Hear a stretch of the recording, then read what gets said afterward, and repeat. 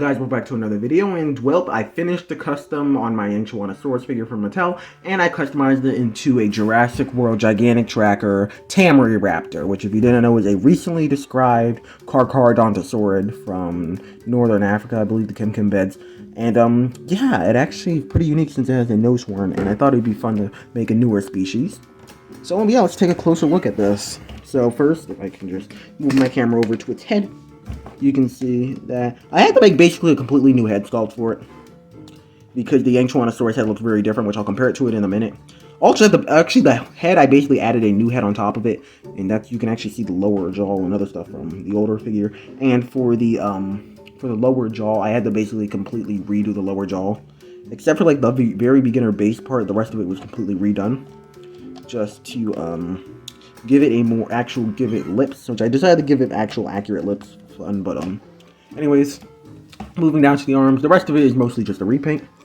I gave it kind of like a green and yellow color scheme. There's actually this one piece of paleo of tameryraptor, which I realized it looked very similar to after I finished painting this, but I was actually basing the colors off of a caiman lizard. So yeah, I kind of like started off with the caiman lizard and then kind of just went from there, giving it some other patterns and stuff. But yeah, the other part that I extended is actually the tail. I added an entire extension onto that just to make it a bit longer. And yeah, pretty much all the action features from the Jurassic World Gigantic Tracker, I think it was, the Inchuanosaurus, it still has. So the chomping action feature still works, though the jaw does get stuck closed, so you can actually kind of pose with the mouth closed somewhat, but generally the chomping action feature, you can still close the mouth. You can still thresh it side to side to make it shake around.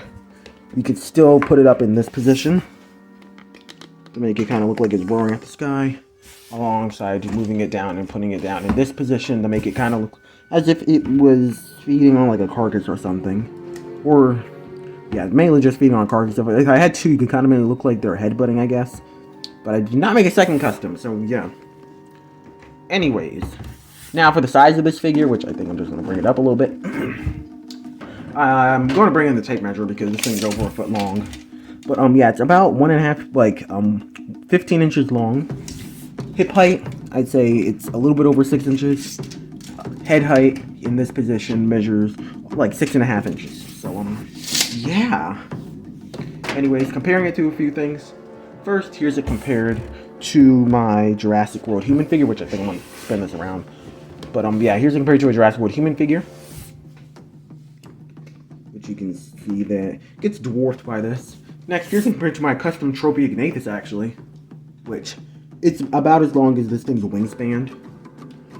Next, here's it compared to Jurassic World Gigantic Tracker, I believe, again, Inchuanosaurus, which is the figure I based this off of. Well, I actually had duplicates of this, so I ended up doing a custom of it. And pretty much, you can kind of see the differences. I remove all, like, the weird spine things. I had to remove this, which is, like, embedded into this thing's head. So I have to actually, like, I actually have the whole entire headpiece, but I actually do not remember where I put it. Otherwise, I would probably show it off. But, yeah, you can see that both these figures have, like, the same action feature, essentially. And, yeah, very similar. But, again, the Inchuanosaurus is a pretty nice, this is one of the best Mattel figures, I definitely say, when it comes to action features and things. But, definitely not the best the Inchuanosaurus, since the head sculpt is quite off, but I still think it looks nice. So, I decided instead of making an accurate Inchuanosaurus, I instead do a tameryraptor, since, again, the head's just the whole entire figure matched that, because the Inchuanosaurus' proportions were quite off. So, yeah. Next, here's it compared to the Hammond Collection Concavinator, which is quite a bit shorter than it and quite a bit smaller than it in all proportions in general, but if I move it back you can kind of see it a little bit better. Yeah, the Concavinator gets completely dwarfed by it, and if I turn it around like this you can see it way better. But yeah, anyways, next, even though these animals aren't really related or really have any association with each other, I bring in the Hammond Collection Ceratosaurus, since they both have nose horns. So, yeah, if tameryraptor was discovered before Jurassic Park 3 came out, I'm pretty sure this animal would probably be in the film instead, since it looked, I think it would have worked actually would have looked a little bit more like, how they go into the Ceratosaurus look. So, yeah. Next, here's it compared to the Jurassic World Hammond Collection Giganotosaurus, since they're both Carcharodontosaurids. And you can see, this thing absolutely dwarfs it in size. Like, if I can bring it up. Yeah, the Giganotosaurus is so much bigger. But, yeah, since Giganotosaurus was in the film, maybe we can see tameryraptor in the film. I made this figure because also I'm pretty sure the only reason we do not have a tameryraptor figure at this point is because it was so recently described. Otherwise, I'm pretty sure Mattel would definitely make this species as like either a wild roar or a gigantic thrashers. Now, at least, like, what would have been gigantic trackers, but now it's gigantic thrashers line. Since this thing just kind of feels like something they make. They've been doing a lot of Carcharodontosaurids, and this one is actually one that would fit in that size range. So, yeah. Anyways, next we have it compared to a raptor figure. Kind of forgot to bring that in.